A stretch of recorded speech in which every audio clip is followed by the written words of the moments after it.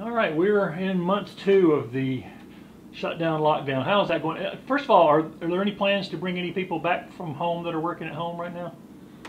We've had some people that have been working at home have been coming back in, a trickle effect right now, and we're working towards an opening. We're still looking at things. Right now it's tentative for the 18th, but when you say opening, that's a misnomer because we've never been closed. Anderson County has been open every day. Did we reply to the governor's request to close boat ramps? Yes. Did we open them up when he said yes? So we've done things like that. But for the business, the general business of the county, we have never been closed and will not close. So, you know, we may be opening some doors that have been closed, but so far not heard very much about anybody from the general public saying that they have been inconvenienced by this. And the parks are all open again. It certainly requires people to take care of them. Yeah, we're taking care of all the things we're supposed to take care of, so we're doing that. So, and you know, and we still have a whole lot of people who never worked from home. So we're getting there, but we want everybody to be safe, and not only the people who work here, but we also want the general public to be safe. And so that's been our primary responsibility and what we're trying to do. Has it? Well, let's first talk about county council. Any plans on a county council meeting? We'll probably have a county council meeting within the next 2 weeks. Absolutely, but it will not be remote. It will not be over the air. It will be live. And I've been working with members of council on how we can do that to make sure that we maintain social distancing, not only for the council, but for people who would like to come to that meeting. So we're working that out right now. Would that mean having another location, or? Could be another location, could be outside under the trees. We don't know yet, but I want to make sure it's absolutely, positively safe for people to attend. But as you and I have talked earlier, Wall Street Journal came out with an editorial saying that these online meetings and things like that cheat democracy. The Post and Courier in Charleston came out with an editorial and said the same thing. And as I said earlier, I agree with them. That's not a real meeting. We had to do one for a declaration of emergency. We haven't had one since. And so the next one will be live. And it's critical because we're at budget time. Well, it's budget time, and we don't know what the budget numbers are going to be. They don't know what the budget numbers are going to be in the state of South Carolina. They don't know what the budget numbers are going to be in the United States of America. So it's really hard to try to get a grip on exactly where things are. Now, Anderson County does not have a hospitality tax, so we're not going to realize a loss of revenue from that because we didn't have it. Anderson County does not have a county sales tax, so we've never relied on those two sources of income to fund anything. A lot of places on the coast and a lot of high tourist areas that depended heavily on that income, they're really going to be wiped out. But we've always tried to run very lean and very mean and keep everything well in hand. So we know we'll be all right, but there's not going to be a tax increase. Of course, we've never had a tax increase. I think one year we increased it a mil. Then the year before that we decreased it a mil. So I think we'll get there, but right now we just don't know what the revenues are. That's what I was going to ask you. Do we have any clues? I know Georgia's already telling counties how much they're cutting over there. Yeah, but see, our General Assembly, and we get some money from them, they're not going in until June next week, I believe. No, they're going in May. So we don't know what they're going to do, and we don't know what they can do. So, you know, we're waiting to see what that is. Very, very strange times, very trying times, but we'll get through it. But there's a lot of unknowns out there. Am I right that ledger kind of stuff usually runs 6 or 8 weeks behind anyway, so they wouldn't know? Yeah, I mean, they're not times. No, I mean, a lot of the state budget, I mean, some tourism dollars in there. There are no tourists, so what are you going to do? You don't know. Well, how about projects that are already funded under one? A lot of people have asked about the Paws Dog Park. Where are we at on? I know the weather. Well, all of the projects that we're continuing on with either come from grant money or tourist money. So we're not taking maybe a small pittance of general fund money to go on those projects. So basically the funding for those projects was secured before all of this happened. And so they've been bid and placed out. So they're pretty much done. So do you have any idea where we are timetable on the dog park? No, I know this has caused a drop in donations, and the speed with which we can move is probably at least a year away. And the rain kept us off for Well, the rain kept months. everybody for 6 months from doing anything. But I talked to Kim Davis about pause. People forget that just because it's not open to the public doesn't mean they're not running full tilt and need support and volunteers going on. We are we are not open, but we are still taking animals, and we are also adopting out animals. So we're still doing all of that, but I can tell you this, through a variety of things, we have fewer animals there than we've ever had. Are our spay and neuter efforts that the county does in association with the Anderson Humane Society. Is that now coming into effect? And we do a lot of other things to try to help people keep their animals. We received a large, very generous donation of dog food and cat food from the United Way. If somebody's having a rough patch and they were thinking about giving up their animals because they couldn't feed them, then thanks to the United Way and that generous donation, and I'm talking about a lot of food, maybe we can help them out through that period by doing that, and we've done some of that. And they still need volunteers to walk dogs and do all these Still kind need of things volunteers, still need to do everything that we've been doing, but we're trying to keep everybody safe. Again, that's our primary goal. We don't want anybody who works for Anderson County to get sick, and we don't want any citizens in Anderson County to get sick, and we don't want to be the cause of that happening. Well, you mentioned United Way. Have you seen more partnerships sort of develop through all this, or are people pulling together? Everybody's doing everything. We've worked with the Salvation Army, as you know, on providing showers and cleaning supplies for our homeless population. They've opened up shelters. We've reached out to groups like Shalom to house people. We have reached out to just AIM has gone out and done wonderful things. I don't know of a nonprofit who hasn't bent over backwards to do something good to help people. And a lot of this is collaborative, as you were pointing out, groups working together that might not have crossed those lines in the past, but working together. So a lot of good stuff going on. And one project that's ongoing is with Meals on Wheels that Anderson County's That's that replaces those sites that were serving that couldn't do it. We had fixed sites where we provided food for senior citizens all over the county. All over the county. There was a special grant program, senior nutrition program, excuse me. And we had places in Pendleton, Iva, Honeypath, Anderson, every place in the county. But since we can't do that, Meals on Wheels and others have gotten together, and we've mapped out locations in the county, and we're actually going to those for the next 5 weeks. We've already had the first week, so people over 60 years old can get 5 free meals and some fruit, and that has gone gangbusters. Lots of people all over the county getting that food, and we're happy to be part of that, assist with that, and it's just a great program. And they received a large contribution from Blue Cross Blue Shield, private benefactor out of their foundation, to pay for that to make it possible. And they're doing that all over the state. They kind of Well, they are doing it all over the state now. Now, yeah. Yeah, we were one of the first to do it. We're already in the process. Yes. What about some of the big long-term things you and I have been talking about a long time? The Courthouse Square project, has it just been pretty much on hold? No, as a matter of fact, the developer and I were talking last week. But right now, just trying to wait and see what everything is. What's the cost of money? We're not going to pay for it, but what's his cost of money? What are construction prices doing? All of those things go into combination.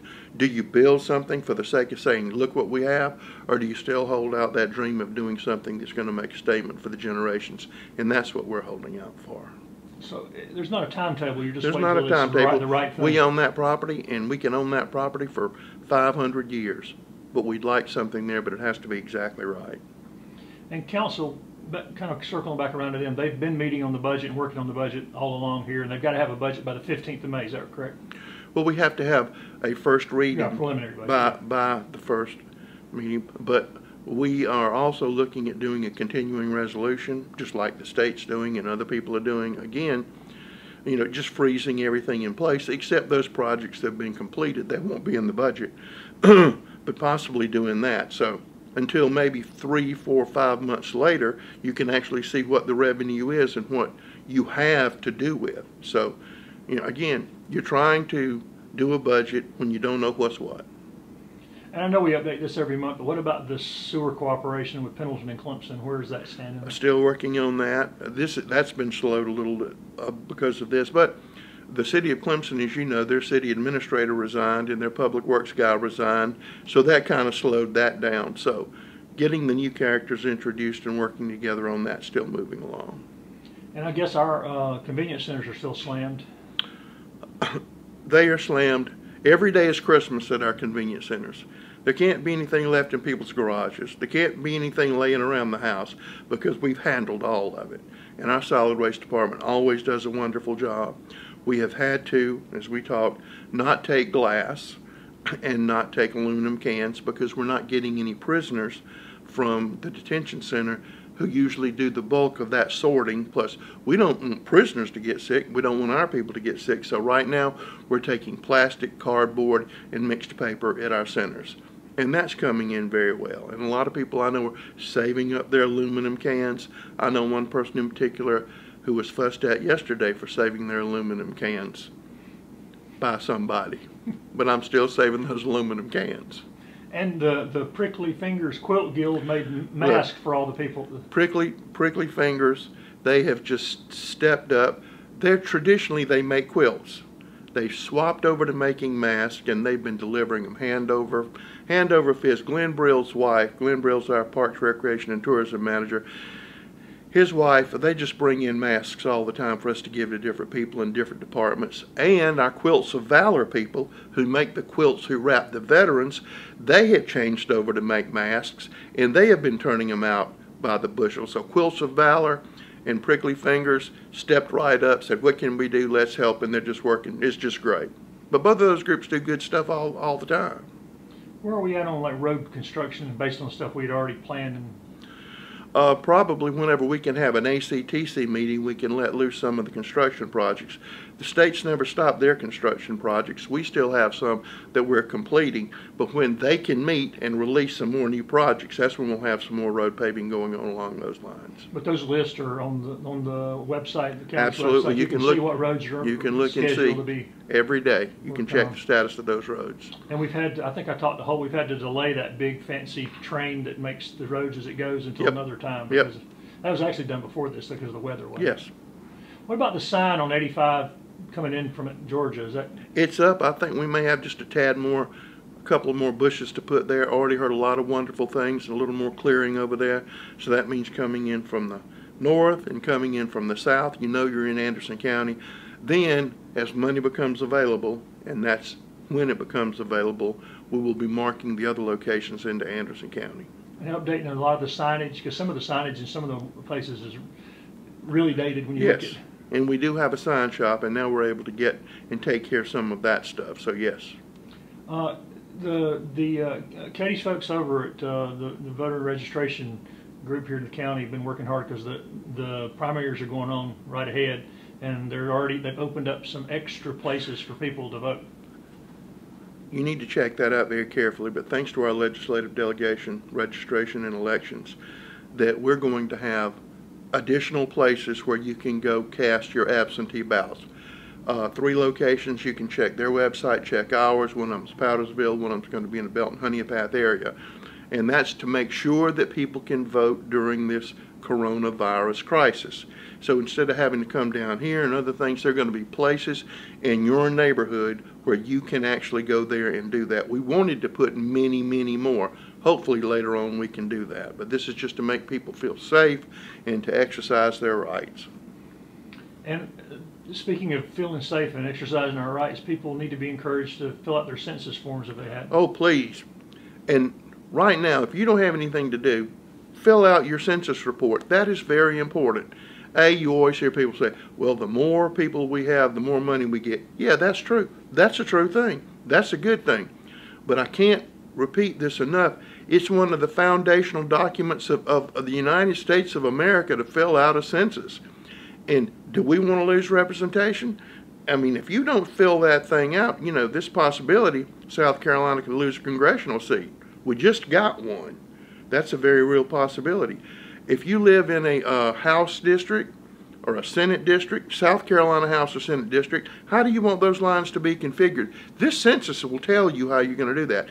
County council lines, this census will tell you how to do that. If you don't show up and let them know you're there, then you're not going to be counted, and you won't be counted for another 10 years. And you mentioned, I think it's $890 per person counted, and that's how much we lose per person missed. Yes, and this is easy. This is not a plot. It's not a scam. The founding fathers said we need to do this for the United States of America. This is important that we know how many people we have. Speaking of economics, Anderson County, we've talked about before, is the leading international investment county in the state. We got the most companies from the most countries. Everybody else forgets that. How is recruitment and economic development internationally going? Is it kind of frozen all over the world right now? No, it's not frozen. As a matter of fact, it's still, interestingly, going pretty strong. And we have some more international interest, and we have some West Coast interest. And with the big push because of the coronavirus, you're looking at more companies that want to come back, or are being given a carrot to come back, or being told, if you don't come back, we're not going to do business with you. And in economic development, that's called reshoring. That's the buzzword. So I think you're seeing a lot of that. We've had a taste of some of that, but I think it's going to accelerate, where more companies that have offshore operations are going to come back to the United States. And we still have a lot of sites here that are ready for that. We have sites available. We also still have a good workforce. Arthrex just hired their 250th person, and most of our major manufacturers have not gone down. They have still been producing product, and a lot of our smaller ones have not missed a day. And a lot of them are doing some really cutting edge stuff to keep their employees safe and healthy. So we're hoping that, A, this is bad, but we're hoping that there's going to be a quick rebound. And TTI, have they stopped building a new building every day? No, they're still building a new building every day. So they just keep building stuff and building stuff. Everybody notices that. Going into the summer and fall, what will be different than has traditionally happened in the summer and the fall in the way you plan and work things out? Well, right now, there are not any events. Nobody's having any concerts. Nobody's having events like that. And I don't think you'll probably see those until maybe July. But everybody's still a little skittish. Our occupancy rate in our hotels is way down. We have gotten some business through others' misfortune. When they had the horrible situation in Seneca and Oconee, they sent in a lot of work crews. Well, they couldn't stay there, so they came and they stayed with us. We've done things like had all the Duke Power employees tested at the Civic Center. That's one of the places where we give out food, but it's going to be a different summer. I think it's going to be more family-oriented, you going out and you and your family and amusing yourselves and doing things that you haven't thought about doing, because I don't think there are going to be a lot of places where you can go and have somebody else entertain you. So are we still looking at maybe Freedom Weekend? I mean, having our annual Celebrate Anderson? We're hoping and we're planning on Celebrate Anderson, to celebrate everything good in Anderson County, but we're looking. Because, you know, last week there were more deaths than there have been in any week since this started. And more cases every day. And more cases every day. And I try to remind people, they say, well, y'all are doing this, but then I remind them, right across the river, you can get a tattoo, a haircut, and do pretty much whatever you want to. Go to Waffle House, and where do those people like to come? They like to come to Anderson, South Carolina. So, still a tricky situation. Have we had any employees who test positive? Yes. Many? No. Not very many. But we had one who came down. That was earlier. Earlier. And we don't want any of them to come down with it, and we don't want any citizen in Anderson County to come down with it. I mean, our emergency preparedness people are working constantly around the clock. We have provided supplies to industry, to individuals, to nonprofits. We have done all of that. We have helped our neighboring counties. We will continue to do that. But they have really done a remarkable job, and God bless our dispatchers.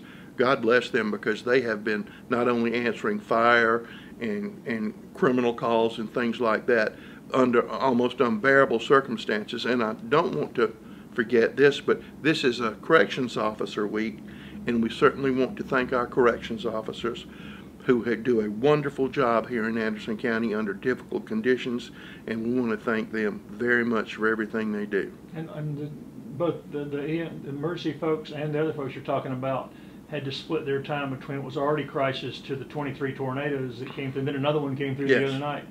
And our people, they never miss a beat. They never miss a beat.